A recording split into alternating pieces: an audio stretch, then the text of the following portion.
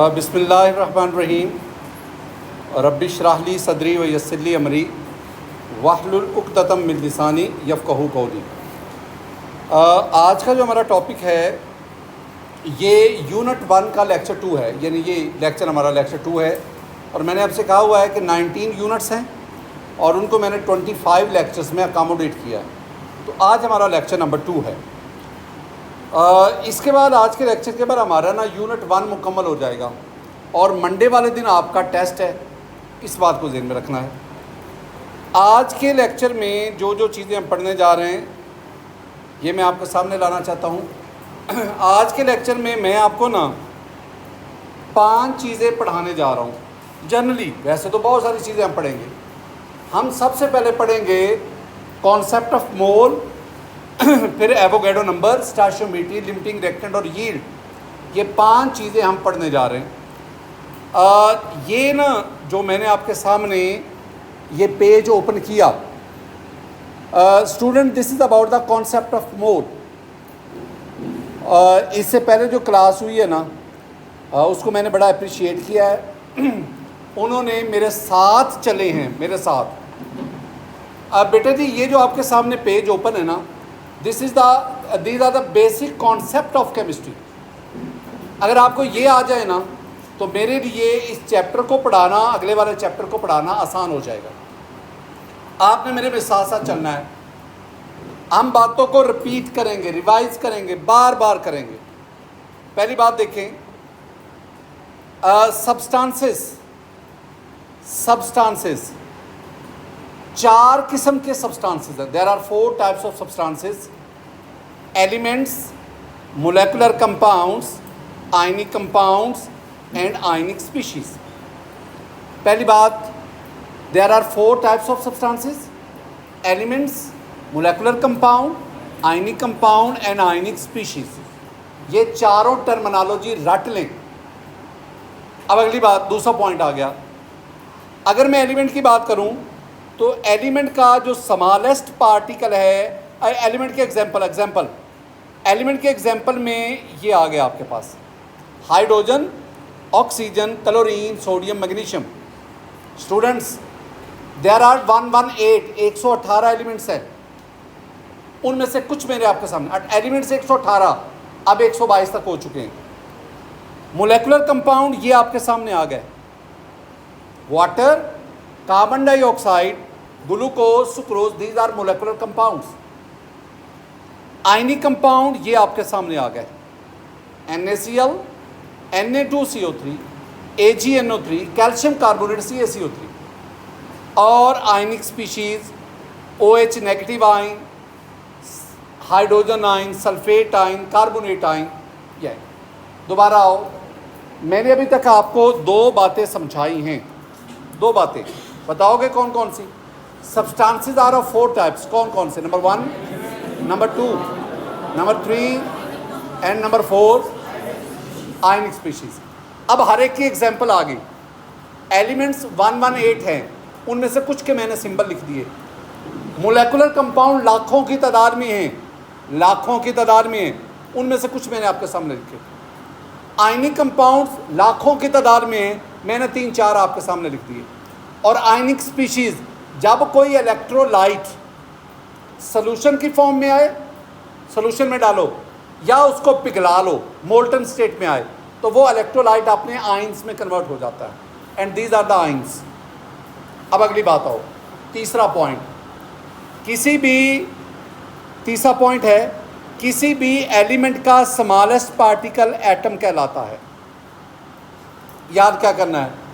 Element का smallest particle atom, molecular compound का smallest particle molecule, ionic compound का smallest particle formula unit, और ionic species का smallest particle ion.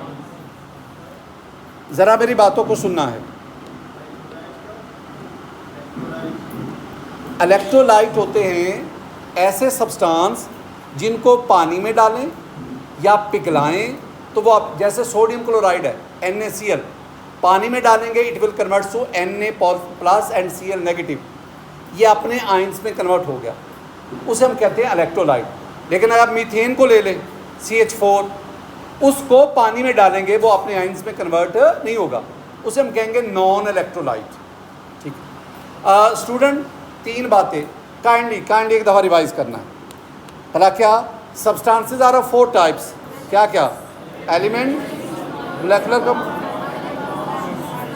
दूसरी बात, सब्सटेंसेस के एग्जांपल मैंने आपके सामने लिख दी। तीसरी बात, किसी भी सब्सटेंस का स्मॉलेस्ट पार्टिकल, एलिमेंट का स्मॉलेस्ट पार्टिकल, मोलेकुलर कंपाउंड का, आयनिक कंपाउंड का, फार्मूला यूनिट और आयनिक स्पीशीज का आयन। लो जी, चौथी बात वेरी इंपॉर्टेंट, इन चारों सब्सटेंसेस के मैस के लिए कौन सी टर्म इस्तेमाल होती है? मैस के लिए। अब ज़रा सुनना, अगर मैं मैस की बात करूं तो जो एलिमेंट्स हैं ना, उनके मैस के लिए टर्म इस्तेमाल होती है एटॉमिक मैस।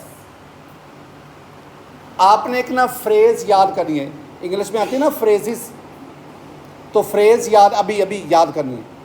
फ्रेज़ क्या है? Atomic mass of an element. क्या बोला? Atomic mass of an. अच्छा, मोलेकुलर कंपाउंड के मैस के लिए टर्म इस्तेमाल होती है मोलेकुलर मैस। तो यहाँ फ्रेज़ क्या बनेगा? Molecular mass of a molecular compound. Ionic compound के मैस के लिए टर्म इस्तेमाल होती है फार्मूला मैस। फ्रेज़ क्या बनेगा? Formula mess of an ionic compound. और आयनिक स्पीशी के मैस के लिए इस्तेमाल होता है आयनिक मैस। तो ionic mass of an ionic species. ये जो चारों फ्रेजेज हैं मैंने जो बोली हैं, दोबारा ज़रा रिवाइज करें। सब्सटेंसेस 4 टाइप्स के जो आज हम पढ़ने जा रहे हैं। पहले कौन से? दूसरे, तीसरे और चौथे। मैं आपको एक बात बता दूं, जितना आप बोलेंगे उतने आप इस लेक्चर में ज़्यादा इन्वॉल्व होंगे। अगर आप गूंगे बन के, बहरे बन के देखते रहेंगे ना, आपकी बॉडी उसको रिस्पॉन्ड ही नहीं करेगी। बॉडी क्या है कि रिलैक्स होके बैठो, ना कोई इस कान से सुनो तो ना दिमाग काम ही नहीं करेगा। एक्टिव हुआ करो। जब आप एक्टिव होते हैं टीचर ज़्यादा एक्टिव हो जाता है। जब आप रिस्पॉन्स शो नहीं ना कर रहे होते तो टीचर भी बिल्कुल नहीं शो करते, तो ना सही हम भी ऊपर से पढ़ा देते, मेन चीज़ पढ़ाते ही नहीं। लेकिन जब आप रिस्पॉन्स करते हैं ना तो हमें कहता है नहीं यार बच्चा जानना चाहता है, अब इसका हक बनता है इसको बताया जाए। तो साथ साथ चला करो। Substances are 4 type, number 1, number 2, number 3 और नंबर 4। अब अगली बात, किसी भी सब्सटेंस का स्मॉलेस्ट, ये मुझे एवोगैड्रो नंबर में ये चाहिए चीज़, किसी भी सब्सटेंस का स्मॉलेस्ट, एलिमेंट का smallest particle, molecular compound, ionic compound और आयनिक। अच्छा, नेक्स्ट आ गया मैस। वो जो मैंने फ्रेज बोला, मैं एक दफ़ा बोलूँगा, आप सुनेंगे। एलिमेंट के लिए मैंने बोला था atomic mass of an element. Molecular compound के लिए मैंने बोला था molecular mass of molecular compound. Ionic compound के लिए फार्मूला मैस ऑफ आयनिक, और आयनिक स्पीशीज़ के लिए आयनिक मैस। अच्छा, ये बात आ गई। अब ज़रा ना नीचे एग्जांपल्स पे आना।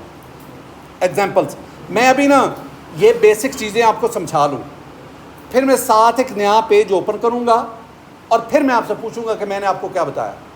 कोई बात स्किप नहीं करनी। नेक्स्ट आओ बेटा जी, नेक्स्ट आपके पास है एटॉमिक मैस ऑफ हाइड्रोजन। अभी हमने फ्रेज पढ़ा था, हाइड्रोजन एक एलिमेंट है और उसके मैस के लिए होगा एटॉमिक मैस, और आगे मैंने लिखा 1.008 AMU। आम में से कोई इस बात को बता सकता है ये लाइन में क्या लिखा? ये जो लाइन है, मैं इसको हाईलाइट करता हूँ। ये जो लाइन है क्या लिखा है? क्या लिखा है? ज़रा 2 मिनट क्या लिखा है? ये लिखा है कि हाइड्रोजन के एक एटम का वजन कितना है। ये जो लिखा ना एटॉमिक मैस ऑफ हाइड्रोजन, मानी क्या बना? हाइड्रोजन के एटम का मैस, और आगे क्या लिखा है? 1.008 AMU। अच्छा चलो बताओ, ये नीचे क्या लिखा है? एटॉमिक मैस ऑफ कार्बन का क्या मतलब है? कार्बन के एक एटम का। और एटॉमिक मैस ऑफ ऑक्सीजन 16 लिखा हुआ है। इट्स ओके, बात समझ आ गई? आगे आओ। Molecular mass of water 18 AMU। मानी बोलो क्या है? वाटर के एक मॉलिक्यूल का मैस, पानी का एक मॉलिक्यूल ले लो, उसका वजन करो, वो 18 AMU आएगा। AMU, atomic mass unit. AMU that is also called Dalton. Atomic mass unit को डाल्टन भी कहते हैं। अच्छा, इस तरह molecular mass of sucrose 342, molecular mass of carbon dioxide 44 AMU। अच्छा, आगे चले जाओ। Formula mass of NaCl 58.5। लो, जो इसका मतलब बता देना। अब ज़रा सुनना, मैं ज़रा तमीर बात देता हूँ। जब मैंने आपसे ये पूछा था ना, ये वाला, कि इसका मतलब क्या है, हम पढ़ नहीं रहे, हम सीख रहे हैं। पढ़ा हुआ तो रट्टा लगा लो, लिख दो, बात ख़त्म। अब सीखना है कि ये क्या कह रहा है।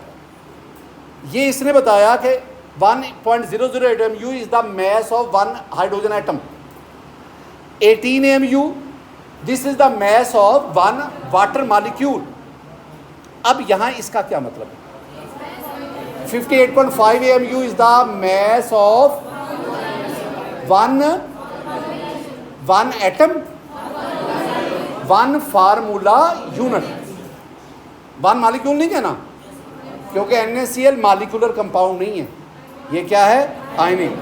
और अगर मैं इसकी बात करूं, ये आयनिक मास ऑफ OH 17 AMU, इसका मतलब है OH नेगेटिव एक आयन है, इस आयन का वज़न जो है वो 17 AMU है।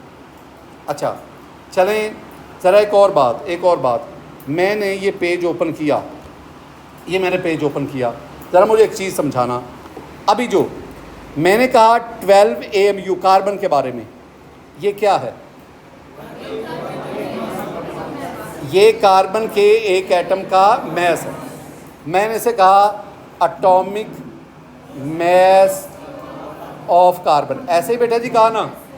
अच्छा, अब मैं अगले मरहले की तरफ बढ़ रहा हूँ, ज़रा गौर से। अब मैंने चेंज भला क्या की, मैंने AMU की जगह पे ग्राम लिख दिया, 12 ग्राम। अब बताओ, अगर मैं 12 ग्राम कार्बन लेता हूँ तो क्या वो कार्बन का एक एटम होगा? वो कार्बन के 12 ग्राम कार्बन के कितने एटम्स का मैस होगा? Avogadro's number of atom. कितने का? एवोगैड्रो। तो एवोगैड्रो नंबर ऑफ एटम अगर उनका मैस लें तो उसे कहते हैं मोल। क्या कहेंगे? मोल। तो इसका मतलब है कि अब ये 12 ग्राम, ये 1 मोल कार्बन एटम का मैस है। तो मैं पीछे लिखूंगा 1 mole of carbon atom. It's okay. अच्छा, एक और मैं चीज़ ज़रा बता दूं ताकि वो, हम आज ना मोल पढ़ रहे हैं। Mole is the amount of substance. जब किसी भी सब्सटेंस उसके अमाउंट लेंगे तो उसके लिए हम टर्म इस्तेमाल करेंगे मोल। हम मोल को 4 मुख्तलिफ हेडिंग्स में पढ़ेंगे। एक होगा ग्राम एटम, ये मोल होता है। ग्राम मॉलिक्यूल, ये भी मोल है। ग्राम आयन, ग्राम फार्मूला, ये भी मोल है। और ग्राम आयन, ये भी क्या है? मोल है। Any problem? अब सवाल वाला क्या पैदा हुआ जो आपके दिमाग में आना चाहिए कि सर ग्राम एटम भी मोल है, ग्राम मॉलिक्यूल भी मोल है, तो फिर इन ग्राम एटम और ग्राम मॉलिक्यूल में क्या फ़र्क है? दोनों मोल हैं, फ़र्क क्या है? अब आप फ़र्क को जानो। जब आप एलिमेंट को, सब्सटेंसेस कितनी किस्म के थे? जो एलिमेंट था, एलिमेंट के लिए जो मोल की टर्म इस्तेमाल होगी ना, वो क्या? ग्राम। अगर मैं आपसे कहूँ कि मोल और ग्राम एटम में, इस बच्चे को बताओ मोल और ग्राम एटम में क्या फ़र्क है, तो आप कहेंगे जी ग्राम एटम भी मोल होता है, लेकिन ग्राम एटम मोल की वो टर्म है जो किसके लिए इस्तेमाल होती है? एलिमेंट। अंडरस्टैंड? और यही बात अगर मैं ग्राम मॉलिक्यूल की बात करूँ, ये भी मोल है, लेकिन this term is use for molecular compound. Molecular compounds. और अगली बात gram formula, this term is use for ionic compound. और एक और बात, gram ion, this term is use for ionic species. तो दोबारा आओ, मोल 4 शक्लों में पाया जाता है। Gram atom is mole, gram molecule is mole, gram formula is mole, gram ion is मोल। अब इन चारों टर्म्स में फ़र्क क्या है? अगर चारों मोल हैं तो चारों में फ़र्क क्या है? फ़र्क है ये चारों टर्म्स मुख्तलिफ सब्सटेंसेस के लिए इस्तेमाल होती हैं। Element gram atom, molecular compound ionic compound gram formula, और आयनिक स्पीशीज ग्राम आइन। अच्छा जरा आओ, ये जो कार्बन है ये तो एलिमेंट है, एलिमेंट। तो आपने ये जो 12 ग्राम लिया, ये मोल भी आप इसे कह सकते हो, आप इसे ग्राम एटम भी कह सकते हो। एक और बात पे हो ज़रा सुनो, मैंने क्या कहा? मैंने ना एटॉमिक मैस ऑफ सोडियम,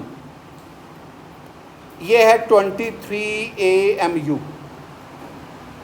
अगर मैं AMU की बजाय यहाँ ग्राम लिख दूँ ना तो बहुत बड़ा गुनाह है, जुर्म है AMU लिखना है। अच्छा ये तो हो गया ना, ये तो बता रहा है कि सोडियम के एक एटम का इतना वज़न है। अब मैंने क्या किया, अब सुनना, मेरे अल्फाज पे गौर करना। मैंने एटॉमिक मैस को 23 AMU एटॉमिक मैस है, इसको AMU के बजाय ग्राम में कर दिया। अब ये एटॉमिक मैस नहीं रहा, ये बन गया मोल। और अगर हो एलिमेंट तो आप उस मोल को क्या कहोगे? ग्राम। इसका मतलब है 23 ग्राम इज 1 ग्राम एटम, या जिसे आप मोल कहते हैं, ऑफ सोडियम। अच्छा ज़रा मुझे बताओ, अगर मैं 23 की बजाय 46 ग्राम ले लूँ, अब क्या हो गया? क्या बना? अच्छा आप 2 क्यों कह रहे हैं? 46। अब आप मैस कितना मैं बोल रहा हूँ? 46। ये हो गया मैस। वो कहते हैं इसको मोलर मैस पर डिवाइड कर दो, और सोडियम का मोलर मैस कितना होता है? 23। तो जब मैस को मोलर मैस पर डिवाइड करें तो जो आंसर आता है उसे क्या कहते हैं? Number of mole. तो आपने ये कहा 2 मोल्स, तो 46 ग्राम को आपने कहा 2 ग्राम एटम कह लो, या आप इसे क्या कहोगे? 2 मोल्स। अच्छा ज़रा अगर आपको ये बातें आई हैं समझ, मुझे अब बताओ तो सही बेटा जी, ज़रा बताना। मेरे पास molecular mass of water 18 AMU, any problem? Water के एक मॉलिक्यूल का मैस इतना हो गया। अब 18 AMU क्या है? आप मुझे कहेंगे सर 18 AMU जो है, this is the molecular mass of water, ये वाटर का मोलेकुलर मैस है। बेटा जी मैं अब 18 AMU को 18 ग्राम कर देता हूँ। 18 AMU वाटर का मोलेकुलर मैस है, क्या 18 ग्राम भी वाटर का मोलेकुलर मैस? आंसर है नो। बहुत बड़ा जुर्म है कहना। ये क्या है? This is 1 mole of water, लेकिन water is the molecular compound. तो for molecular compound the term of mole is gram molecule. So 18 gram is 1 gram molecule, 1 gram molecule, या जिसे हम क्या कहते हैं? Mole of water. अच्छा ज़रा मुझे बताओ, अगर मैं 18 ग्राम के बजाय 36 ग्राम वाटर ले लूँ तो ये 2 ग्राम मॉलिक्यूल 2 मोल बन जाएगा। अगर मैं 90 ग्राम वाटर लूँ तो आप परेशान क्यों होते हैं? कितना मैस दिया हुआ है? 90 को मैंने 18 पर डिवाइड किया। 18 क्या है? 19 मैस है, 18 क्या है? मोलर। तो आपके पास क्या आ जाएगा? Number of mole. तो आंसर क्या आएगा? 5। 18 5 90। अच्छा ज़रा बताओ, अगर मेरे पास 9 ग्राम वाटर हो, 9 ग्राम, कितने मोल्स बनेंगे? कैसे भला? 9 divided by 80 and that is 0.5. Any problem? अच्छा अब आओ ज़रा, मेरे पास ना सोडियम क्लोराइड की बात मैं करने जा रहा हूँ, सोडियम क्लोराइड NaCl। और याद रखना ये जो NaCl है ना, ये एक आयनिक कंपाउंड है। मैं वाला क्या लिखता हूँ? मैं लिखता हूँ फॉर्मूला मैस ऑफ NaCl, और मैं क्या लिखता हूँ 58.5 ग्राम। क्या मैंने ठीक लिखा है? मैंने क्या गलती की है? बोलो। ग्राम नहीं लिखना, तो मुझे क्या यहाँ पे लिखना है? यहाँ मुझे ग्राम नहीं लिखना, मुझे यहाँ पे AMU लिखना है। मुझे लिखना है 58.5 AMU। जब मैं 58.5 AMU लिखता हूँ ना, तो this is the formula mass. अब मैं बोला क्या करूँगा बताओ? मैं क्या करूँगा? 58.5 ग्राम AMU की बजाय क्या कर दिया? अब ये फार्मूला मैस नहीं रहा, ये क्या बन गया? 1 ग्राम। तो ये आपके पास बना 1 ग्राम फॉर्मूला। बेटा जी 1 ग्राम फॉर्मूला को हम क्या कहेंगे? Mole of NaCl। अच्छा, अगर मैं आपके पास 500 ग्राम NaCl लूँ, मैं सोडियम क्लोराइड 500 ग्राम ले आया और मैंने कहा बेटा जी बताओ मुझे इसके नंबर ऑफ मोल्स कितने होंगे, तो क्या करोगे? 500 डिवाइडेड बाय 58.5। ये 500 क्या है? This is the given mass, और गिवन मैस हमेशा किस में होना चाहिए? ग्राम में। और ये 58.5 ये क्या है? ये मोलर मैस। और इस तरह आप क्या मालूम करते हैं? Number of mole. It's okay. ये ना मैंने आपको छोटी छोटी बातें समझाई हैं। हाँ, ये जितना भी नीचे लिखा है ना, ये सारी बातें हमारे पास कवर होगी। अब फाइंडिंग क्या आई है? फाइंडिंग ना बॉयज़ एंड गर्ल्स, हमारे पास जो फाइंडिंग है वो ये 3 चीज़ें हैं। अगर ये चीज़ें आपको आएंगी तो मैं आगे बढ़ सकूंगा, वरना मैं एक कदम भी नहीं आगे बढ़ सकता। ये क्या है? ये सब क्या है? These are determination of mole. Mole को कैसे मालूम करना है? मोल को कैसे मालूम करना है? सुनना मेरी बात। हम मोल को कैसे मालूम करेंगे? ये मुश्किल लिखा हुआ है, ये FSC है, रट्टा लगा लो, आना चाहिए। मैं आपको वो बात बताऊं जो फिंगर टिप्स पे है, फिंगर टिप्स पे। लेकिन पहले मुद्दा तो क्रिएट करो, जानना क्या चाहते हो? सुनो, आप ना जब न्यूमेरिकल करेंगे ना, न्यूमेरिकल टाइप MCQs, तो आपका वास्ता 3 चीज़ों से पड़ेगा। मैं लफ्ज़ ना मोल बता रहा हूँ, मोल जिसको हम N से रिप्रेजेंट करते हैं। मोल को मालूम करने के तरीके। आपके पास क्वेश्चन कि जनाब you have 90 gram of glucose, बताएं इसमें नंबर ऑफ मोल्स कितने होंगे? पहली बात। एक और क्वेश्चन आ गया, you have 3.01 cross 10⁻24 formula units of calcium carbonate, बताएं इसमें नंबर ऑफ मोल्स क्या होंगे? तीसरी बात, आपको मैं कहता हूं कि आपके पास 11.207 dm³ ऑफ कार्बन डाइऑक्साइड है एट STP। मुझे बताओ इसके नंबर ऑफ मोल्स क्या हैं? पहले ना समझो कि मैं कहना क्या चाहता हूँ, समझाना क्या चाहता हूँ। आप ना इस सारी गुफ्तगू में ना पहले देखो, आपको ये ग्लूकोज एक सब्सटेंस है, किसी भी सब्सटेंस का आपको मैस दिया गया है, 90 ग्राम इज़ द मैस। तो पहली बात क्या आ गई? अगर मुझे मैस दिया जाए और मुझसे कहा जाए कि इसके नंबर ऑफ मोल्स निकालो, ये देखो ना नंबर ऑफ मोल निकालो। सुनो, पहला इशू क्या है? मैस दिया गया है और पूछा क्या गया है? मोल। दूसरी बात, दूसरी बात वो कहता है कि आपके पास कैल्शियम कार्बोनेट है जो कि एक सब्सटेंस है, उसके फार्मूला यूनिट्स दिए गए हैं, फार्मूला यूनिट्स। बेटा जी आपने एक बात याद रखनी है, एंड तक ये भूलनी नहीं चाहिए, इस चैप्टर में भी आगे भी। मैं एक लफ्ज़ बोला करूँगा, पार्टिकल, पार्टिकल्स। पार्टिकल से मेरी मुराद चार चीज़ें हैं।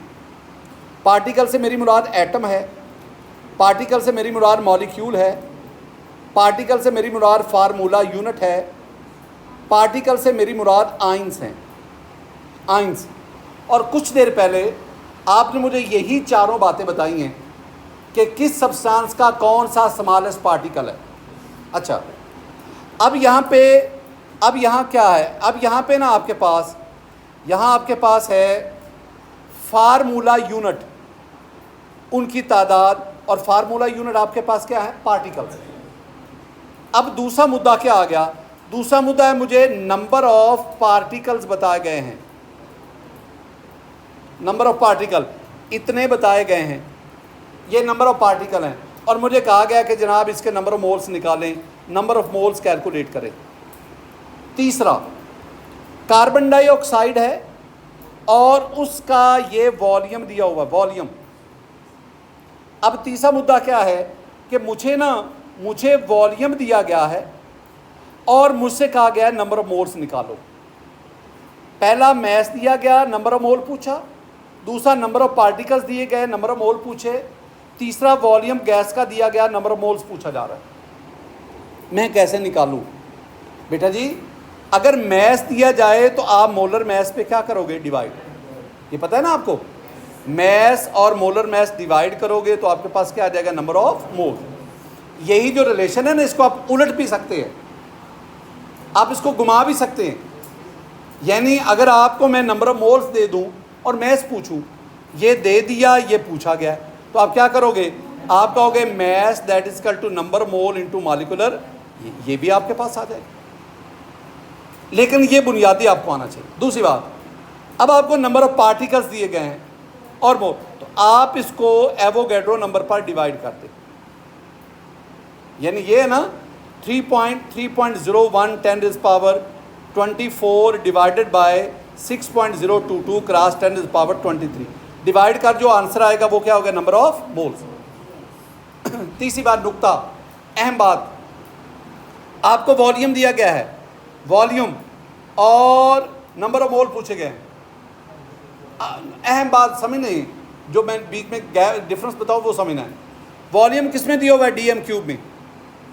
अगर वॉल्यूम डीएम क्यूब में दिया जाए और नंबर ऑफ मोल पूछें तो आप 22.414 पर डिवाइड करें। आप कहेंगे सर इसमें कौन सी खास सी बात है। अगर वॉल्यूम डीएम क्यूब के बजाय सेंटीमीटर क्यूब में दिया जाए तो फिर आप, अगर वॉल्यूम सेंटीमीटर क्यूब में दिया जाए तो फिर आप 22.414 पर डिवाइड करें। और अगर वॉल्यूम मीटर क्यूब में दिया जाए तो फिर आप वॉल्यूम उसको जितना भी दिया जाए उसको 0.022414 पर डिवाइड करें। ये कोई मुश्किल में बातें नहीं कर रहा, जो नई बातें नहीं कर रहा, जो ऑलरेडी पता है उनको ही मैं लेके चल रहा हूँ। दोबारा आओ, ये जो लिखी हुई ना बातें, बेटा जी ये मैंने सारी बातें अभी आपको समझाई हैं। नंबर ऑफ मोल्स को कैसे आपने मालूम करना है, अगर सब्सटेंस का मैस हो तो मोलर मैस पर डिवाइड करें, नंबर ऑफ पार्टिकल्स हों तो एवोगैड्रो नंबर पर डिवाइड करें, और अगर वॉल्यूम दिया जाए तो 22, लेकिन 22.414 पर तब डिवाइड करना है अगर वॉल्यूम किस में हो, और अगर सेंटीमीटर क्यूब में हो तो ये बात ध्यान में रखनी। नेक्स्ट हमारा टॉपिक है एवोगैड्रो नंबर। एवोगैड्रो नंबर मैं आपको ना 4 चीज़ें पढ़ाऊँगा, Avogadro number, Avogadro constant, Avogadro principle, Avogadro law. मैंने ना एवोगैड्रो के साथ, एवोगैड्रोस के साथ मैंने 4 लफ्ज़ बोले हैं, Avogadro number, Avogadro constant, Avogadro law, Avogadro principle. ये चारों टर्मिनोलॉजी हमने सीखनी है। आज है एवोगैड्रो नंबर। ज़रा सुनना, एवोगैड्रो नंबर क्या होता है? हाँ बेटा जी, एवोगैड्रो नंबर के लिए ना मैं एक छोटी सी बात आपको समझाता हूँ। मैं आपसे कहता हूँ डज़न का क्या मतलब है, आप कहते हैं जी उर्दू में इसका मतलब है दर्जन, और डज़न से मुराद होता है 12, 12 डज़न, 12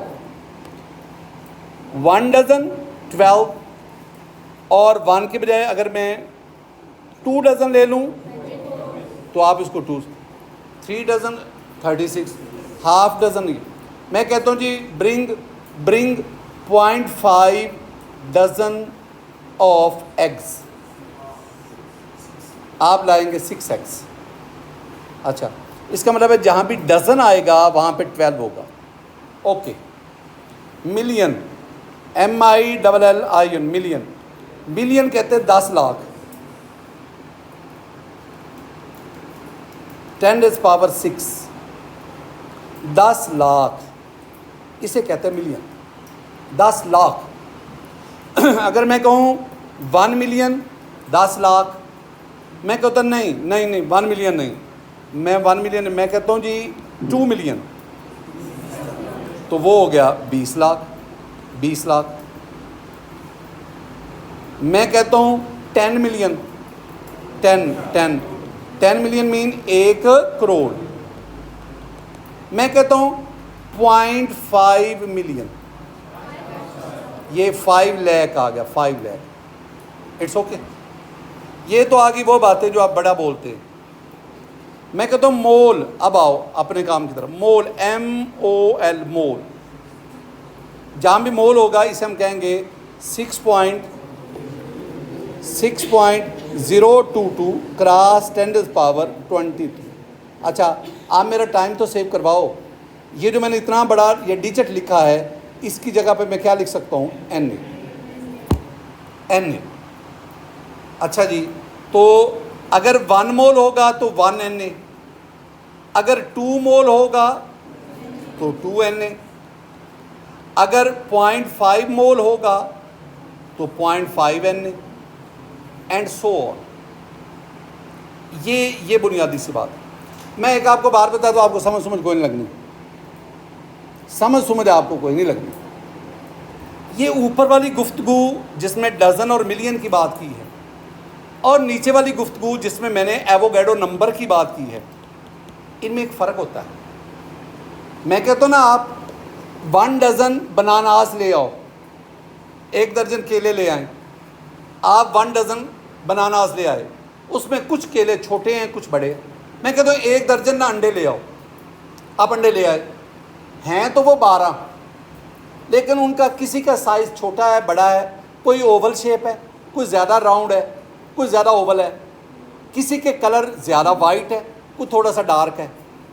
यानी हैं तो 12, लेकिन सारे के सारे आइडेंटिकल नहीं। एवोगैड्रो नंबर पे क्या फ़र्क है? आपके पास जितने भी पार्टिकल आने वो सारे के सारे क्या हों? तो मैं कहता हूँ ना कि 1 मोल ऑफ वाटर, अब सारे के सारे जो Avogadro number of water molecule होने हैं ना, सारे के सारे दे शुड बी आइडेंटिकल। ये नहीं कि आप कोई वाटर जो है उनका नाक बह रहा है वाटर मॉलिक्यूल का, कोई बहुत गर्म है कोई ठंडे हैं, ऐसा नहीं है। All will be identical in all respects. ये इसमें ना एवोगैड्रो नंबर में होता है। अच्छा चलें, समझ आ गया आपको। बेटा जी एक और पॉइंट पे आना, वो पॉइंट है कि अब ज़रा इस बात को समझना। मैंने आज शुरू में आपसे कहा कि सब्सटेंस 4 किस्म के, फिर मैंने आपसे कहा हर सब्सटेंस का स्मॉलेस्ट पार्टिकल। मुझे सिर्फ इतनी गुफ्तगू चाहिए अभी। बेटा जी असल बात वाला क्या है? असल बात है कि 1 मोल ऑफ आ सब्सटेंस, किसी भी सब्सटेंस का 1 मोल लेंगे, इट है 6.022 10⁻23 पार्टिकल्स। इट्स ओके, ये एक जनरल बात है। अब नीचे देखो, 1 mole of sodium, Avogadro number of atoms. Sodium एक एलिमेंट, 1 मोल उसका लेंगे तो उसके पास एवोगैड्रो नंबर क्या होंगे? Atoms. 1 mole of sulphuric acid, Avogadro number of molecules, 1 mole of calcium chloride, Avogadro number of formula units, 1 mole of hydroxide OH negative, OH negative hydroxide ion, Avogadro number of ions. क्या याद क्या करना है? 1 मोल तो ठीक है, ये जो मैंने लिखे ना ये वाले, दीज आर सब्सटेंसेस। आप कौन सा सब्सटेंस लेंगे और उसका कौन सा पार्टिकल बनेगा। ज़रा आगे बढ़ते हैं। मैं ना एक दो चीज़ें आपके साथ शेयर करना चाहता हूँ। मैं आपके साथ शेयर करना चाहता हूँ कि मेरे पास 24 ग्राम ऑफ डायमंड है। Diamond mean carbon. बताएं मुझे इसमें नंबर ऑफ एटम्स कितने हैं। ठीक है, अब ज़रा सुनना। फार्मूला है नंबर ऑफ पार्टिकल्स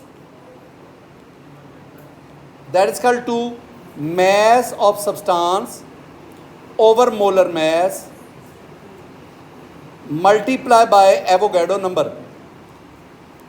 ये एंटी टेस्ट है, शॉर्टकट फार्मूलाज आने चाहिए। अब नंबर ऑफ पार्टिकल, मैंने कहा पार्टिकल 4 हैं, एटम, मॉलिक्यूल, आयन वगैरह। अब वो कह रहे हैं कि नंबर ऑफ एटम बताएं 24 ग्राम कार्बन में। Mass of carbon 24, it's okay. Molar mass carbon का 12 मल्टीप्लाई बाय 6.022 10⁻23। 12 1 12 2 और ये हो गया 1.2 क्रॉस 10⁻24 एटम्स। No problem. अगली बात, मेरे पास अब ये मेरे सारे सवाल आप लोगों से है, सारे क्वेश्चन आपसे। बेटा जी मेरे पास 18 ग्राम ऑफ वाटर है। अब समझना है बात को, 18 ग्राम पानी। मैं आपसे ना 5-6 सवाल करता हूँ। पहला सवाल, मुझे बताओ 18 ग्राम वाटर के नंबर ऑफ मोल्स कितने होंगे। पहला क्वेश्चन। मुझे बताओ 18 ग्राम वाटर में मॉलिक्यूल्स कितने होंगे। मुझे बताओ 18 ग्राम वाटर में टोटल एटम्स कितने होंगे। मुझे बताओ 18 ग्राम वाटर में ऑक्सीजन एटम कितने होंगे, हाइड्रोजन एटम कितने होंगे। मुझे बताएं 18 ग्राम वाटर में कोवलेंट बॉन्ड्स टोटल कितने होंगे। 18 ग्राम वाटर में प्रोटॉन, इलेक्ट्रॉन, न्यूट्रॉन कितने कितने होंगे। ये जो मैं आपसे सामने पूछ रहा हूँ ना, all these are MCQs of anti test. अब हम करें क्या, सुनना करना क्या है। पहले तो आप इसके नंबर ऑफ मोल निकालो। Very simple. Number of moles के लिए चूंकि मैस दिया हुआ है, तो मैस दिया जाए तो मोलर मैस पर क्या करते हैं, डिवाइड। तो 18 डिवाइडेड बाय 18 आपके पास क्या आ गया, 1। पहली बात होगी। अब नंबर ऑफ मॉलिक्यूल पे ज़रा आना। सुनना, ये ऊपर मैंने लिख के दिया आपको। ये अगर आप वाटर के मॉलिक्यूल निकालना चाहते हैं तो आपको क्या करना पड़ेगा, मैस ओवर मोलर मैस। कितना मैस है, 18। मोलर मैस कितना है, 18। मल्टीप्लाई किससे, एवोगैड्रो नंबर से। बेटा जी 18 से कट जाएगा, 1 आएगा और आपके पास आंसर क्या आएगा, 1Na। अब ज़रा पेचीदगी की तरफ जाना। मैंने कहा कि 18 ग्राम वाटर, इसमें मोल्स कितने, आपने कहा जी 1 मोल। मैंने कहा मॉलिक्यूल कितने, आपने कहा जी 1Na। अगला सवाल क्या आ गया, एटम्स। 18 ग्राम पानी में एटम कितने होते हैं। अब सुनो, इसके लिए आप क्या करोगे, आप पहले ये निकालोगे 18 ग्राम वाटर में मॉलिक्यूल कितने, वो निकाल लिया, 1 ऐसे निकाला, ये निकाला, इतने मॉलिक्यूल होते हैं। अब ये वाटर का एक मॉलिक्यूल है बेटा जी, HOH, ये एक मॉलिक्यूल है। इस मॉलिक्यूल में 3 एटम है, 3, 2 हाइड्रोजन के और 1 ऑक्सीजन। अगर एक मॉलिक्यूल में 3 एटम हैं तो जितने ऊपर आपने मॉलिक्यूल निकाले उसमें कितने एटम होंगे, तो आप 3 को उससे क्या कर दोगे, मल्टीप्लाई। तो आप सिंपली यहाँ पे 3 से क्या कर दोगे, मल्टीप्लाई। जब 3 से मल्टीप्लाई करेंगे तो आपके पास आंसर क्या आएगा, 3Na। अच्छा चल मुझे बताओ 18 ग्राम वाटर, उसमें ऑक्सीजन एटम कैसे, कितने होंगे, कैसे निकालोगे? पहले आप 18 ग्राम वाटर में 18 ग्राम वाटर के मालिक्यूल निकालोगे। एक मालिक्यूल में ऑक्सीजन कितना, 1, तो जितने मालिक्यूल होंगे उतने ही क्या होंगे, ऑक्सीजन। अच्छा, हाइड्रोजन कैसे निकालोगे? तो जितने भी मालिक्यूल आए उसको किससे मल्टीप्लाई करोगे, 2 से। बताओ बॉन्ड्स कितने निकालोगे? बॉन्ड्स भी एक मालिक्यूल में कितने हैं, 2। और इस तरह आपने प्रोटॉन, इलेक्ट्रॉन और न्यूट्रॉन की तादाद भी मालूम कर लेनी। स्टूडेंट, ये था फार्मूला जो आपको आना चाहिए। दोबारा कौन सी क्रॉस क्वेश्चन करें, क्रॉस क्वेश्चन। इस तरह तो एक खड़ा होकर वो कहता सर वो सब्सटेंसेस वाला दोबारा एक दफ़ा सारा समझाएं ना, तो वो तो फिर हम यहीं पे रहेंगे ना। आप एक क्रॉस क्वेश्चन करें कि सर इस तरह बात थी तो ये इस तरह कैसे होगी, ठीक है। क्रॉस क्वेश्चन करो। थोड़ा सा टाइम असल में थोड़ा है और ये अभी काफ़ी पड़ा हुआ है। मैं आपकी बात को ना अभी ना शायद आगे अब MCQs आ रहे हैं, शायद आप समझ जाएं, वहाँ आपने क्रॉस क्वेश्चन करना है कि सर मुझे ये बात नहीं पता चल रही। अगर आप ये कहने कि सारा समझाएं तो फिर हम 0 पे पहुँच जाएंगे और ये सारे लोग फिर ये समझेंगे नहीं। बेटा जी एक लफ्ज़ आ गया molar volume. Molar volume, molar volume को ये this term is only for gases और इसको हम VM से रिप्रेजेंट करते हैं। पहले सुनना ना मैं कहना क्या चाहता हूँ मोलर वॉल्यूम, फिर मैं आपको लाना चाहता हूँ मोलर वॉल्यूम। मैंने कहा कि मोलर वॉल्यूम की टर्म गैसेस के लिए और इसको हम VM से रिप्रेजेंट करना। सुनना, मेरे पास ये एक कंटेनर है, इसमें मैं 44 ग्राम कार्बन डाइऑक्साइड लेता हूँ और मुझे पता है 44 ग्राम कार्बन डाइऑक्साइड 1 मोल है। इस कंटेनर को मैं 0 डिग्री सेंटीग्रेड पर रखता हूँ, ये टेम्परेचर है और आपका पता है 273 केल्विन या एक ही बात है। और इसके ऊपर जो प्रेशर है वो मैं लिखता हूँ 1 एटमॉस्फेयर या 760 टॉर। बेटा जी एक बात याद रखना, एक हम टर्म इस्तेमाल करते हैं STP, standard temperature and pressure. ये होता है 0 डिग्री सेंटीग्रेड एंड 1 एटमॉस्फेयर। एक होता है RTP, room temperature and pressure, और ये होता है 25 degree centigrade and 1 atmosphere. It's okay. मैं फ़िलहाल STP पर बात कर रहा हूँ। मैंने क्या किया, मैंने 44 ग्राम, सिर्फ एक सेकंड, ये भी अपीयर हो जाएगा। मैंने 44 ग्राम ऑफ कार्बन डाइऑक्साइड लिया जो मेरे पास 1 मोल है और जिसमें 6.022 10⁻23 मॉलिक्यूल्स हैं कार्बन डाइऑक्साइड के। मैंने इसको STP पर रखा, STP पर। सुनना है, अब मैं देखना चाहता हूँ इसका वॉल्यूम कितना होगा। वॉल्यूम, अगर मैं वॉल्यूम को देखना चाहूँ ना तो बेटा जी इसका वॉल्यूम होगा 22.414 dm³। ये जो वॉल्यूम आए इसे कहते हैं मोलर। मोलर वॉल्यूम, एक मोल का वॉल्यूम, एक मोल का। अगर आप STP पर रखेंगे तो मोलर वॉल्यूम आएगा 22.414 dm³। एक स्टूडेंट कहता है सर अगर मैं RT पर ले लूँ फिर भी 22 नहीं, फिर आएगा 24 dm³। तो ये जो 22.414 है इसके लिए लाजमी है कि कौन सी कंडीशन हो, STP। एक और चीज़, और वो क्या, आप ना कार्बन डाइऑक्साइड को छोड़ दो, आप इसमें ना कार्बन डाइऑक्साइड छोड़ो, अब आपने इसमें ना 16 ग्राम मीथेन ले लो। 16 ग्राम मीथेन इज आल्सो 1 मोल, ये भी 1 मोल है। अब आपने 16 ग्राम ऑफ मीथेन को लिया, ये भी 1 मोल है, इसमें भी एवोगैडो, इसको भी STP पर, और ये भी इतना वॉल्यूम आपको पाई करेगी। इसका मतलब है आप कार्बन डाइऑक्साइड को लो, आप मीथेन को लो, मीथेन को लो, आप हाइड्रोजन को लो, आप नाइट्रोजन को लो, SO2 को लो, कोई भी गैस ले लो, कोई भी गैस ले लो, लेकिन लेना उसका कितनी अमाउंट है, 1 मोल। तो वो STP पर कितना वॉल्यूम आपको पाई करेगी, 20।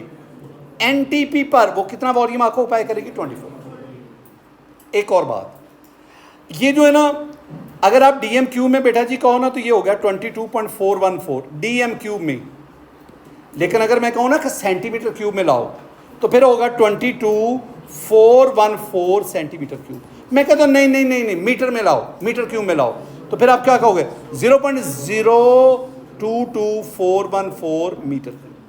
भला कैसे? अगर आप डीएम क्यूब को सेंटीमीटर क्यूब में कन्वर्ट करना चाहते हैं ना तो आप 1000 से मल्टीप्लाई करें, वो बात समझियो। और अगर आप डीएम क्यूब को मीटर क्यूब में कन्वर्ट करना चाहते हैं तो आप 1000 पर क्या करो? डिवाइड करो। वो समझ आ जाएगी ना हजूर वाला? अच्छा, इसी बात को ना मैं एक और अंदाज में एलेबोरेट करता हूं, जरा सुनना। वो अंदाज क्या है? नाइट्रोजन पे आ जाओ। अब this is the anti test और इससे रेलिवेंट आपसे एमसीक्यूज आने हैं। यहाँ पे गलती है, आपने मुझे गलती बतानी कि सारी सर ये गलत लिखा हुआ है, आपने मुझे गलती बतानी। गलतियों में आपके पास आ गया 28 ग्राम ऑफ नाइट्रोजन। बेटा जी N2 नाइट्रोजन, एक नाइट्रोजन 14, दूसरा नाइट्रोजन 14, ऐड किया तो क्या आ गया? 28। अगर मैं 28 ग्राम नाइट्रोजन लेता हूँ, ये एक मोल है और एसटीपी पर ये इतना वॉल्यूम आपको पाई करेगी। अब मैंने काम क्या किया? मैंने 28 का आधा ले लिया 14, तो 1 मोल की बजाय वो भी कितना हो गया? आधा। और वॉल्यूम भी कितना हो गया? आधा। मैंने 14 ग्राम का मज़ीद हाफ कर दिया तो मोल भी आधा हो गया और वॉल्यूम भी क्या हो गया? आधा। समझ आ रही है ना? जैसे जैसे मैं सब आधे आधे करते जा रहे हैं वैसे वैसे आपके पास मोल्स और वॉल्यूम भी कम होता है। अच्छा, मैंने कहा गलती पकड़नी है आपने। यहाँ पे अगर आप वॉल्यूम देखोगे 14 है, 14। और अच्छा मुझे एक बात तो बताओ मेडिकल वालों, ये जो 14 लिखा हुआ 14 ये लिखा है ना, इसमें पॉइंट लगा हुआ है? नहीं लगा हुआ। अच्छा, जो एक होता है बीना, एक होता है नाबीना। नाबीना किसे कहते हैं? जिसे नज़र नहीं आता, और जिसे नज़र आता है उसे क्या कहते हैं? जो आप में से बीना बैठे हैं ना, बीना जिसे नज़र आता है, वो कह रहे हैं कि यहाँ पे पॉइंट लगा हुआ है, और जो अंधे हैं वो कहते हैं कहीं भी नहीं लगा हुआ। ओ खुदा के बंदो, यहाँ पे पॉइंट लगा होता है। समझ आई ना? मैं x1 लिखूँ या x लिखूँ, और जब आप x लिखते हैं इसका मतलब है इसकी पावर क्या है? 1। तो अच्छा, अब मैं इस पॉइंट को इधर ले गया, ये क्या बना? 1.4। अगर ये इसमें देखो, इसमें पॉइंट इधर से इधर आ गया तो ये वाले मोल भी इधर से इधर चला गया, ये आ गया, और वॉल्यूम भी ये 1 ये इधर चला गया। ये गलती लिखी हुई है, यहाँ पे क्या आना चाहिए था? 1.12 DMQ। स्टूडेंट आगे बढ़े, मेरे पास कुछ क्वेश्चंस हैं। ये ज़रा देखना। 44 ग्राम कार्बन डाइऑक्साइड 1 मोल, और इसमें कार्बन 12 ग्राम है, ऑक्सीजन 32 ग्राम है। ये 44 है ना, 44। ये देखो ना, कार्बन डाइऑक्साइड, कार्बन इसमें 12 ग्राम और 2 ऑक्सीजन हैं 32, तो इनको ऐड करेंगे तो कितना हो जाएगा? 44। तो 44 में 12 ग्राम कार्बन है, 32। अच्छा, 44 का आपने आधा कर लिया, कितना हो गया? कार्बन इसमें कितना होगा? ऑक्सीजन ये सारे जो लिखे हुए हैं ना, ये सारे जो पर्पल कलर के अंदर ये बॉक्स के अंदर है, all these are, by god all these are MCQs। ये सब MCQs हैं। 22 को हाफ कर लिया, हाफ हो गया, हाफ हो गया, हाफ हो गया। 11 को हाफ कर लिया, वो मज़ीद वैल्यू आ गई, और इस तरह ये कम होता गया। आगे बढ़े। A mole of any substance is related to all of these. आप कहेंगे सर ये कैसे ऑल ऑफ दीज? मैंने अभी आपसे कहा मोल मालूम करने के लिए 3 टारगेट आपको मैस दिया जा सकता है, नंबर ऑफ पार्टिकल या वॉल्यूम। तो पहले नंबर ऑफ पार्टिकल, मैस और वॉल्यूम। दूसरी बात, the smallest collection of ions, ionic compound. Question है आयनिक कंपाउंड का स्मॉलेस्ट पार्टिकल क्या कहलाता है? Formula use. तीसरी बात, ये खुद ही करना है, 180 ग्राम इसका आंसर आता है। ये सॉल्व योर सेल्फ, मैं हर एक नहीं करवा सकता, कुछ को भी नहीं। Which of the following contain the maximum number. अच्छा, ये मैं आपको बात समझा गया ना, तो मैं समझूंगा कि बड़ा कंसेप्ट ये अधूरे वाला अब आपने सुनना है, जो आपका क्वेश्चन था ना अब वो आ गया। Which of the following contain maximum number of atoms. असल जो बात है ना वो इस लफ्ज़ एटम पर है। इनमें सबसे ज़्यादा एटम किस में है? मॉलिक्यूल नहीं, एटम। तो हम कैलकुलेट कर लेते। आप कहेंगे सर कैसे कैलकुलेट करें? देखो ना, मेरे पास वो फार्मूला नहीं है, mass over molar mass multiply by Avogadro number. अब ज़रा सुनना, पहले एक ही बात करो, ये वाला, ये ऐसे अंदाज़ों से नहीं आएगा। अभी सुनो ना, फिर आप देखना। 16 ग्राम ऑफ ऑक्सीजन एटम, तो 16 divided by 16 multiply by Na। मुझे सिर्फ आपने एक बात बतानी है, ये ऊपर 16 ये कौन सा है? ये जो मैस है, गिवन मैस, ये नीचे 16 कौन सा है? ये मोलर मैस है ऑक्सीजन का। अगर O हो तो 16, O2 हो तो 32 मोलर मैस, ये O है।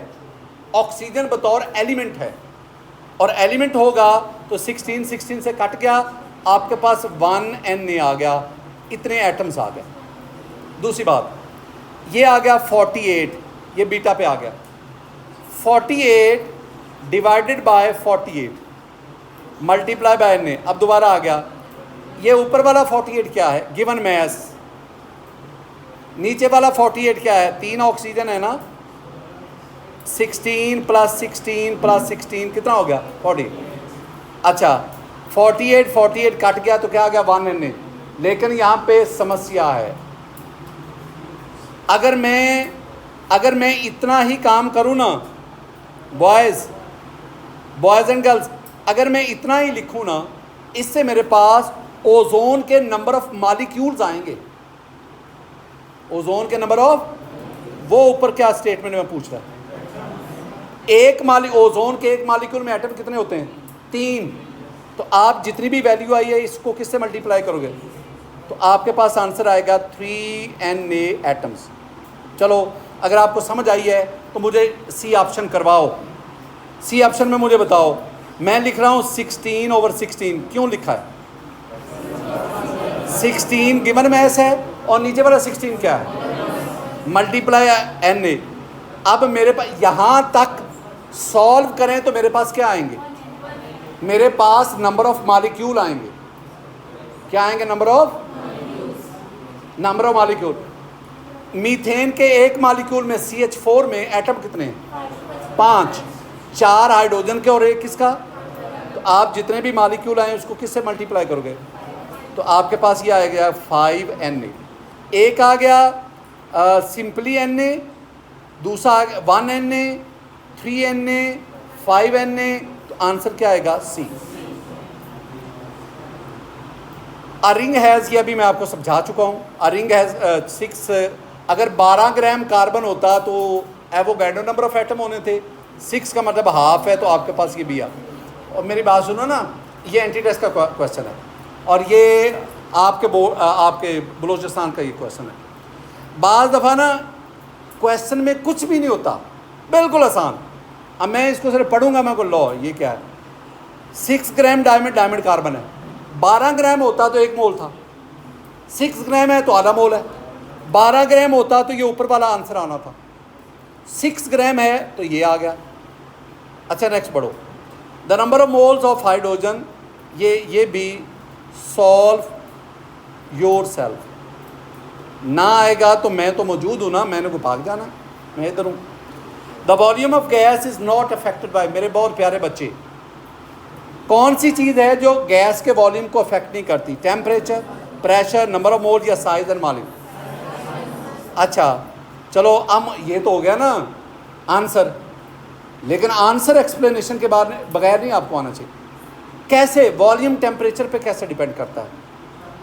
Charles law, excellent. V directly proportional to T, pressure पे Boyle's law, V inversely proportional to P, number of moles पे Avogadro's law, V directly proportional to M। आगे बढ़ो, volume occupied by 11 gram of carbon dioxide, 44 gram हो carbon dioxide, 22.414 volume DM cube. 44 को 22 कर दो, ये half हो जाएगा 11.207, इसको हाफ कर दो, 11 ग्राम कह रहा है, तो आपके पास ये हो जाएगा 5, ये बीटा आंसर। स्टूडेंट हमारे पास आ गया स्टाशियोमीट्री। स्टाशियोमीट्री मीनिंग इसका मतलब है एलिमेंट्री, मतलब इसके दो हिस्से हैं ना। स्टाशियोन का मतलब होता है एलिमेंट, मेटिरॉन का मतलब होता है टू मेजर। ये एक साइंटिस्ट है बेंचमैन, उसने 1792 में इसको इंट्रोड्यूस करवाया। मेरी गुफ्तगू यहाँ से शुरू होती है। The definition of stoichiometry, the first one है it is the branch of chemistry. कौन सी केमिस्ट्री? ऑर्गेनिक, इनऑर्गेनिक, फिजिकल, कौन सी? Analytical chemistry. तो stoichiometry is the branch of analytical chemistry. Analytical chemistry हम इसमें 3 बातें स्टडी करते हैं। Quantitative relationship between reactants and products in a balance chemical equation. 3 बातें। FSC क्या है? इसको रट लेना, रट्टा लगा लो। FSC क्या इसमें लिखा हुआ है, क्या नहीं लिखा, आपकी भला जाने।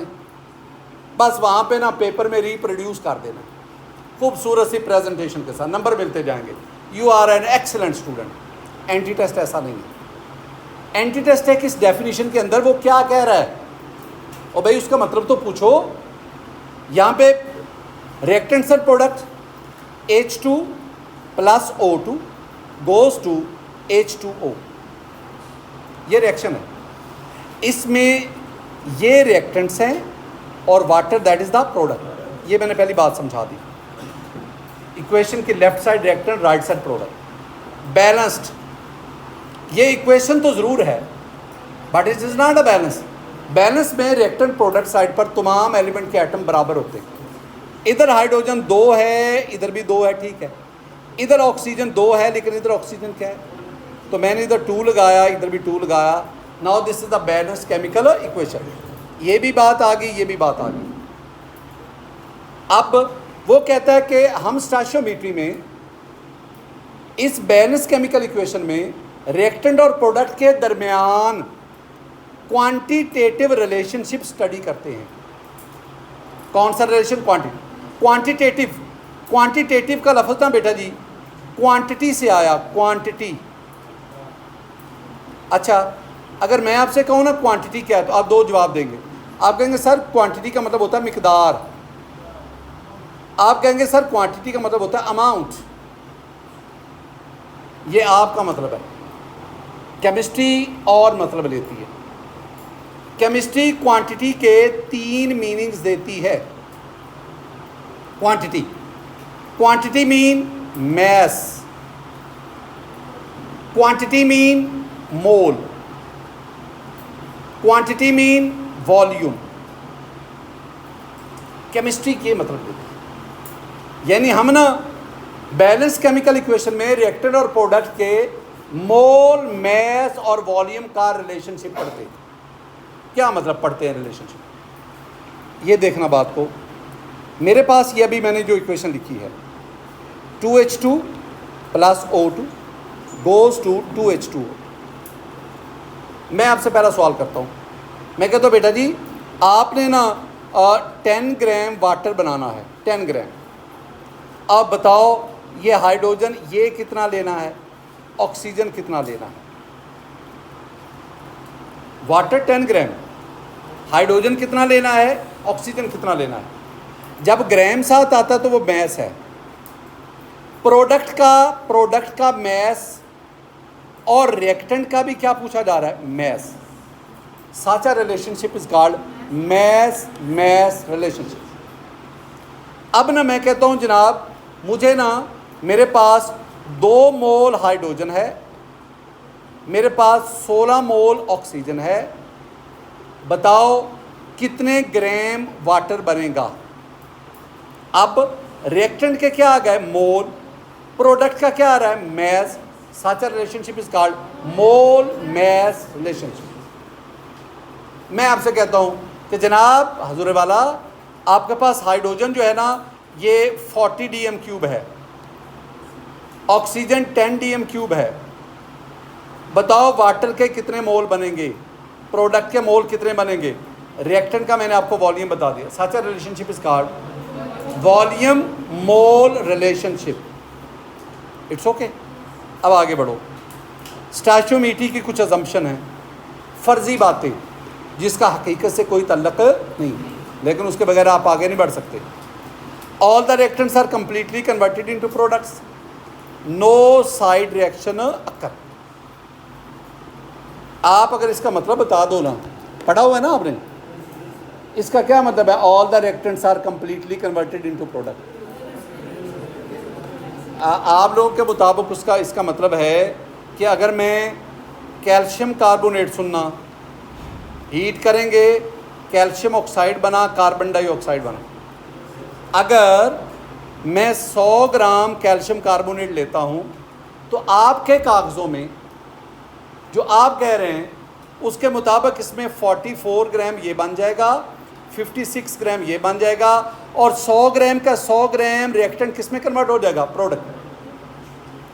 ये बात कह रहे हैं। अब ये तो होगी ना अजम्पशन। क्या ऐसा हकीकत में हो जाता है? क्या 100 ग्राम का 100 ग्राम प्रोडक्ट में? आंसर है नहीं। कायनात में ऐसा कोई रिएक्शन नहीं है जिसमें रिएक्टेंट मुकम्मल तौर पर किस में कन्वर्ट हो जाए। लेकिन in stoichiometry we have to assume, हमें ये फ़र्ज़ करना पड़ेगा। और दूसरी बात क्या है, नो साइड रिएक्शन अक्कर। ये वाला क्या कहता है, नो साइड रिएक्शन। बेटा जी ये नो साइड रिएक्शन हमें कहता है, मैं इसको ज़रा ना, ये नो साइड रिएक्शन हमें कहता है, सुनना मानी को सुनना। मैंने आपसे एक दिन कहा था, कल परसों ही कहा था कि जनाब आप अच्छे स्टूडेंट तब होगे कि मेरी बताई हुई बातों को खुद भी समझना है और किसी और को भी समझा सकें। अब कल आपसे कोई पूछता है कि भाईजान, बड़े भाई या आप ही, ये जो लिखा हुआ है नो साइड रिएक्शन अकर, इसका मतलब क्या है? तो आप इसका मतलब क्या देंगे कि अगर हम कार्बन लें ऑक्सीजन में जलाएं तो क्या बनेगा, कार्बन डाइऑक्साइड। आप कहेंगे कि इसका मतलब है कि अगर हम 12 ग्राम कार्बन लें, हम 32 ग्राम ऑक्सीजन लें तो इससे 44 ग्राम कार्बन डाइऑक्साइड बनेगा। ये है सिंपल एक जनरल रिएक्शन हो रहा है, ये तो असम्पशन है। क्या हकीकत में भी ऐसा होता है? आंसर है नहीं। होता भला क्या है, कार्बन डाइऑक्साइड के साथ साथ यहाँ पे कार्बन मोनोऑक्साइड भी बनता है। होता क्या है कि जो आप ऑक्सीजन इस्तेमाल कर रहे हैं ये हवा से लाए हैं, हवा में तो नाइट्रोजन भी है, हवा में तो अदर गैसेस भी हैं, तो इसका मतलब है वो जो गैसेस हैं वो भी कार्बन के साथ मिलकर मुख्तलिफ प्रोडक्ट बनाती जाती हैं। ये जो है ना कार्बन मोनोऑक्साइड का बनना या किसी और चीज़ का बनना, these are called side reaction. हमने अज्यूम क्या करना है, साइड रिएक्शन नहीं होते, लेकिन हकीकत में क्या होता है, साइड रिएक्शन होती है। एफएससी में हम क्या पढ़ाते हैं भाई, ये दो बातें याद कर लो, हम इतनी बहस करते ही नहीं कहीं बच्चा कंफ्यूज ना हो जाए, लेकिन एंट्रेंस में उसको हर एक चीज़ बतानी है, ब्लैक एंड वाइट एक एक चीज़ बतानी पड़ती है। दो लॉज हैं, जो law of conservation of mass है और लॉ ऑफ डेफिनेट प्रोपोर्शन। और stoichiometry it is only applicable on the irreversible. बेटा जी एक और बात, स्टोइचियोमेट्री की दो एप्लीकेशन हैं। एप्लीकेशन स्टोइचियोमेट्री की एप्लीकेशंस कौन कौन सी बोलो? एक है लिमिटिंग रिएक्टेंट और दूसरी क्या है, यील्ड। तो yield and limiting reactant these are the application. ज़रा आइएगा, हाँ बेटा जी ये एक टर्म आ गई लिमिटिंग रिएक्टेंट। आपने काम करना है कि इसके पहले मीनिंग को समझना है कि लिमिटिंग रिएक्टेंट के, थके तो नहीं हो, ये 9:30 से शुरू नहीं तो 11 बजे जानी है ना, तो अभी तो है, थकना नहीं है, समझ आ रही है ना। आप एक बहुत बड़े मुकाबले के लिए स्टडी कर रहे हैं, प्रेपरेशन कर रहे हैं, थकना नहीं है, ये ज़हन से निकाल देना है। थकने वाला जो मादा है वो आपकी बॉडी के अंदर नहीं होना चाहिए। हमारा है कि हमने कंपटीशन में है, हमने एक दिन बैठना है एग्जामिनेशन हॉल में जहाँ हर तरफ स्टूडेंट ही स्टूडेंट होगा। मैंने उन सब से बेहतरीन परफॉर्म करना है। मैंने अपना ख्वाब भी, अपना एम भी अचीव करना है और पेरेंट्स की एक्सपेक्टेशन पे भी पूरा उतरना है, ये ज़हन में लेके। तो थकना नहीं है। मैं खड़ा हूँ, मैं बोल रहा हूँ, तो दूसरा लेक्चर बोल रहा हूँ, तो मुझे थकना चाहिए, आपको तो नहीं ना। सुनो, रिएक्टेंट, दो अल्फाज हैं, इनमें कन्फ्यूजन नहीं लानी। एक है रिएक्टेंट, मेरी बात सुनना, मैंने लफ्ज़ रिएक्टेंट कहा है, रिएक्टेंट, मैंने रिएक्टेंट्स नहीं कहा, मैंने रिएक्टेंट्स नहीं कहा, मैंने रिएक्शन नहीं कहा। तो लिमिटिंग रिएक्टेंट, रिएक्टेंट सिंगुलर है, वाहद है, सिंगुलर। और दूसरा लफ्ज़ क्या है? लिमिटिंग। ये लिमिट से आया, लिमिट। बेटा जी लिमिट का मतलब होता है रोक देना, स्टॉप। ए प्लस बी, दो reactant, goes to product, P mean product, रिएक्शन हो रहा है, कुछ देर बाद बी कंज्यूम हो गया, रिएक्शन रुक गया। ए भी है, रिएक्शन को किसने रोका? बी ने। तो जो रिएक्शन को रोकेगा उसे हम क्या कहेंगे? Limiting reaction. विच कंट्रोल, ये ना consumed earlier, taken in lesser amount, ये कंफ्यूज करता आपको। और produces least amount of product. अहम 3 नुक्ता ये। अच्छा एक बात सुनो, फिर हम आगे बढ़ते हैं। बात ज़रा गौर से सुननी है। लिमिटिंग रिएक्टर में आसान से, मैं पहले ना, एक लफ्ज़ है स्टोइशियोमेट्रिक अमाउंट। आज की जितनी मैं जो सोच रहा था ना, मैं कह रहा था यार ये बात जो है ना ये समझानी मुश्किल होगी। स्टोइशियोमेट्रिक अमाउंट है तो आसान से, बच्चा पी की कोई नहीं करता। मेरे पास ना ये इक्वेशन है, H2 plus O2 goes to H2O। बेटा जी this is the equation, chemical equation, not balance. Now this is the balance chemical equation. It should be kept in mind that in stoichiometry, limiting reactant and yield, we need balanced chemical equation. Balance होनी चाहिए। हम समझना क्या चाह रहे हैं? लफ्ज़ स्टोइशियोमेट्रिक amount, ये मैं आपको समझाना चाह रहा हूँ क्या होता है। अगर आप इस इक्वेशन को देखो, इसमें हाइड्रोजन के 2 मोल हैं, ऑक्सीजन का 1 मोल है, और वाटर के कितने बार हैं? 2 मोल। नज़र आ रहा है? मैंने कहाँ से 2 1 2 कहाँ से लिखा है? इक्वेशन से लिखा है। ये 2, यहाँ 1, यहाँ 2। आप कहेंगे सर ऑक्सीजन O2 के साथ 1 तो नहीं लिखा हुआ, ये तो धक्के से आपने लिख दिया। मेरा वही जवाब होगा, नाबीना को 1 नज़र नहीं आएगा, बीना कहेगा सर लिखा हुआ है। अच्छा दूसरी बात, हाइड्रोजन का 2 मोल हैं, 1 मोल हाइड्रोजन 2 ग्राम होता है, तो 2 मोल हाइड्रोजन क्या हुआ? 4 ग्राम। और 1 मोल ऑक्सीजन कितना होता है? 32 ग्राम। और पानी का 1 मोल 18 ग्राम है, और 2 मोल कितने हो गए? 36। अच्छा मुझे ये बताओ ज़रा, ये जो मैंने 4 ग्राम लिखा, ये इनको देखो, ये मैंने 4 ग्राम, 32 ग्राम, 36 ग्राम, ये मैंने अंदाजे से लिखा है या बैलेंस केमिकल इक्वेशन के मुताबिक लिखा है? बैलेंस केमिकल इक्वेशन के मुताबिक लिखा है। तो रिएक्टेंट और प्रोडक्ट, उनकी वो अमाउंट जो बैलेंस केमिकल इक्वेशन के मुताबिक लिखी जाए, उस अमाउंट को अब क्या कहते हैं? स्टोइशियोमेट्रिक अमाउंट। बात समझ आ गई? अब एक और बात, आपके दिमाग में एक बात आती है कि जी जो भी रिएक्शन होगा उसमें लिमिटिंग रिएक्टेंट तो लाजमी होगा। ऐसी बात नहीं है। अगर आप 4 ग्राम हाइड्रोजन लें, 32 ग्राम ऑक्सीजन लें, ऑक्सीजन, इन दोनों में no will be limiting reactant.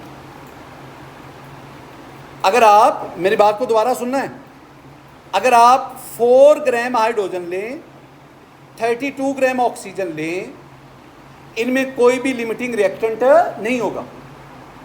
क्यों नहीं होगा सर? क्वेश्चन है सर क्यों नहीं होगा? ये जो 4 ग्राम है, 32 ग्राम है, ये इनकी कौन सी अमाउंट है? तो सेंटेंस पर बना दो ना। अगर रिएक्टेंट स्टोइचोमेट्रिक अमाउंट के मुताबिक होंगे तो फिर उनमें से कोई भी लिमिटिंग रिएक्टेंट नहीं होगा। क्या मैंने बोला भला? If the reactants are in, जी जी बोलें।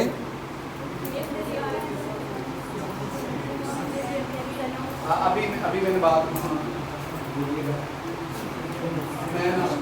मैं पढ़ाते हूँ, मेरे कान थोड़े से ऊंचा सा।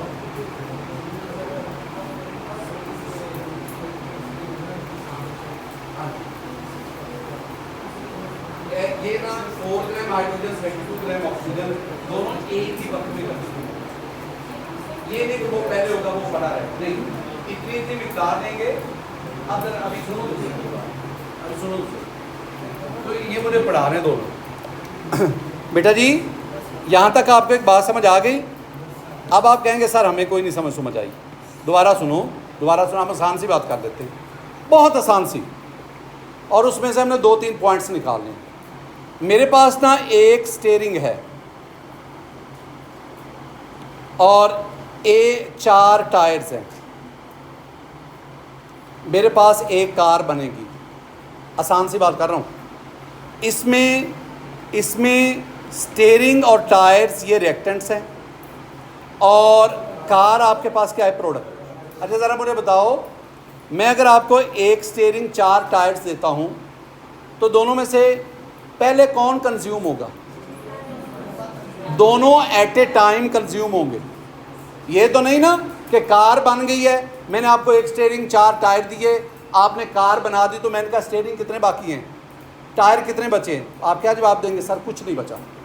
दोनों एक ही टाइम कंज्यूम हो गए, लिहाजा दोनों में से कोई भी लिमिटिंग रिएक्टेंट नहीं। बात समझे ना? चलो मुझे आप बताओ, अगर आपका दिमाग काम करता है, अगर मैं 2 स्टीयरिंग लूं और 8 टायर्स लूं, कितनी कारें बनेगी? बताओ। अब कौन लिमिटिंग रिएक्टेंट है? कोई भी नहीं है।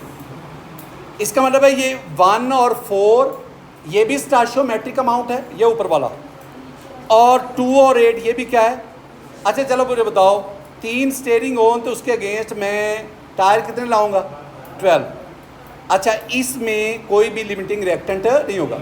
अब ज़रा एक और बात पे आओ, पहले तो ये बात क्लियर करते ना, आपको लिमिटिंग रिएक्टेंट की पहचान। अब मेरे पास ना 2 स्टीयरिंग है और 4 टायर्स हैं, टायर्स। अब ना आपने ना 2 तरह से बात समझनी है, एक जो अभी समझ के भूल जानी है, हमें उसकी ज़रूरत ही कोई नहीं, और दूसरी जो हमेशा याद रखनी है। अच्छा ज़रा मुझे बताओ ना, 2 स्टीयरिंग 4 टायर, अर्लियर पहले कौन इस्तेमाल होगा?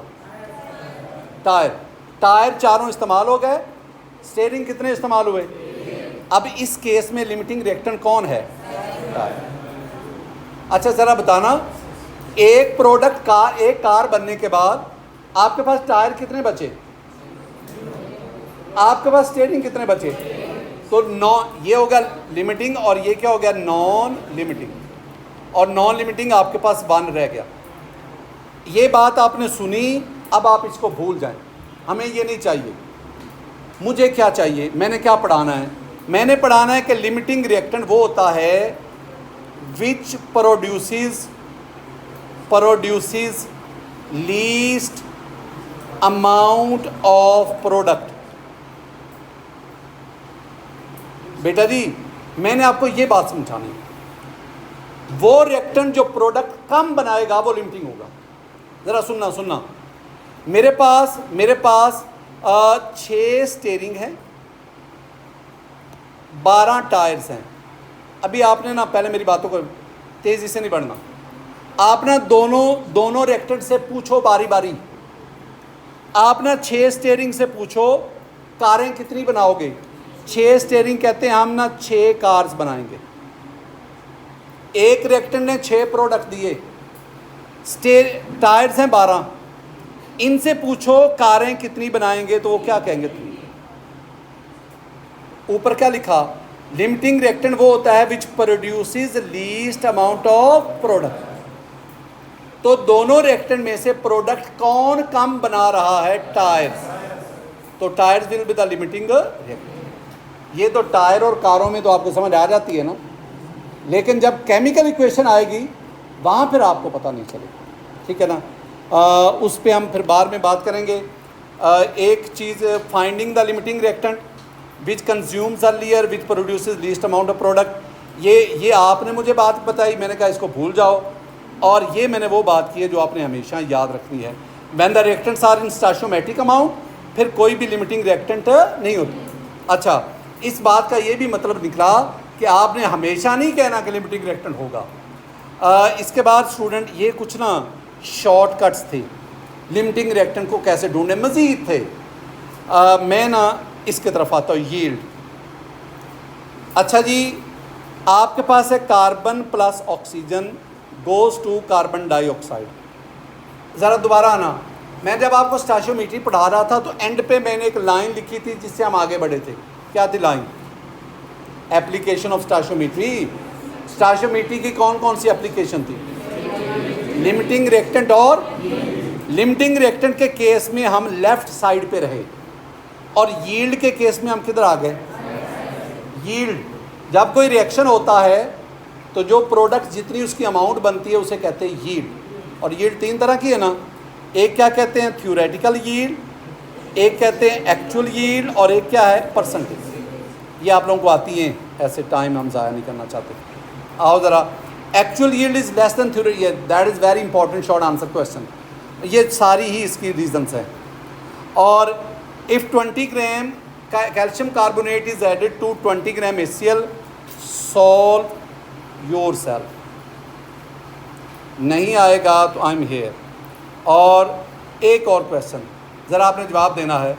If we know the mass of one substance, mass, एक सब्सटेंस के मैस का पता है, we can calculate the volume of other substance and vice versa. ये रिलेशन कौन सा होगा? Mass volume. लो जी, that's end of today's lecture.